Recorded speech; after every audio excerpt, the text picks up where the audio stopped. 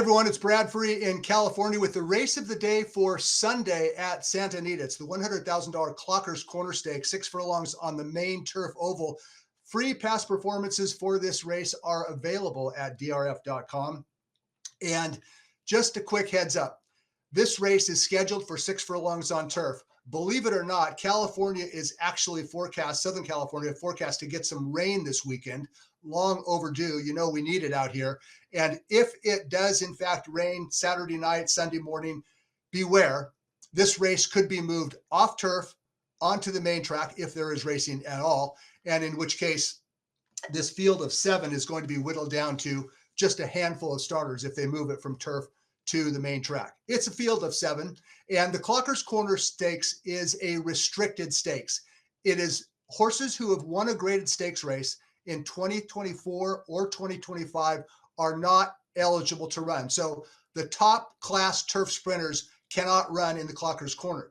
Well, how about Air Force Red? He's a graded stakes winner, but it wasn't the last time he won a graded stakes was in 2023. So he is still eligible for this race. The Clockers Corner, by the way, has been won by some very good horses over the years. In fact, in 2017, Stormy Liberal won this race and would later go on to win 2 Breeders' Cup Turf Sprints. Lane Way won the Clockers Corner in 2023. He would later go on to win the Grade 2 Eddie D that fall. Okay, here's the field. There are no superstars in the field. It's a good, solid, select field of 7.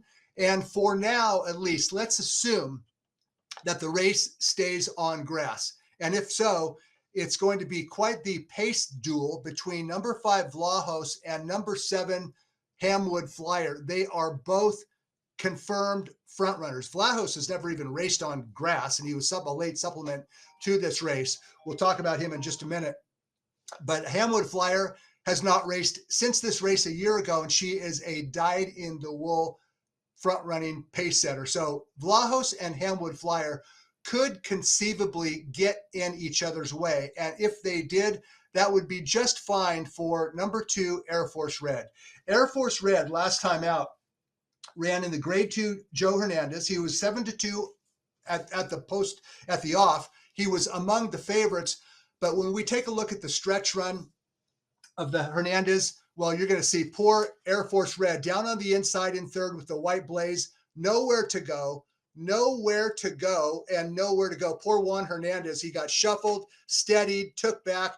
The entire race was a complete and total debacle. His trainer, Leonard Powell, called it heartbreaking. So Air Force Red, where did he finish? He finished 7th, and you just completely draw a line through that race. Air Force Red is a better horse than what we saw in the Hernandez. He had no chance with that trip.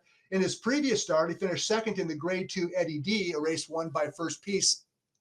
So we know the Air Force Red is quite possibly the class of the field. Like I said earlier, he's a graded stakes winner, and he's still eligible for this restricted stakes because he hasn't won a graded stakes since 2023. Okay, if he gets a clean run, I think Air Force Red wins this race, assuming it stays on grass. If it doesn't stay on grass, I'm not sure that Air Force Red will even run. A horse that will run, regardless of surface, is number 5, Vlahos. He's lightly raced. He's eligible to a one other than that will be run later in January. But trainer Doug O'Neill preferred to run Vlahos 6 furlongs as opposed to the 6.5 furlong allowance race later on. And so he supplemented Vlahos to the Clockers Corner, and he said midweek that he plans to run Vlahos whether it stays on turf or on dirt. I think that O'Neill's fingers are crossed that maybe the race comes off turf and is run on the main track.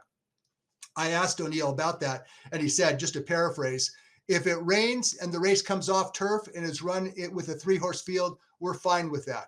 Why not? Vlahos is a good horse. He's a fast horse. He runs well fresh. The 98 Beyer speed figure that he earned in his career debut last March would blow this field away if it was on the main track. As for the rest of them, well, trainer Phil D'Amato starts a couple. Turn on the Jets and Unconquerable Keen. Turn on the Jets has lost 8 in a row. Unconquerable Keen has lost 6 in a row and prefers 5/8 at Del Mar. These are good, solid, hard-knocking turf sprint veterans, but they just seem to have kind of lost their desire, maybe lost a step along the way. Hamwood Flyer probably needs a start. Tough to make a case for number 1, McGagnick. The horse to beat in the race of the day on Sunday at Santa Anita is number 2, Air Force Red, contingent on this race staying on grass. I'm Brad Free. Talk to you next time.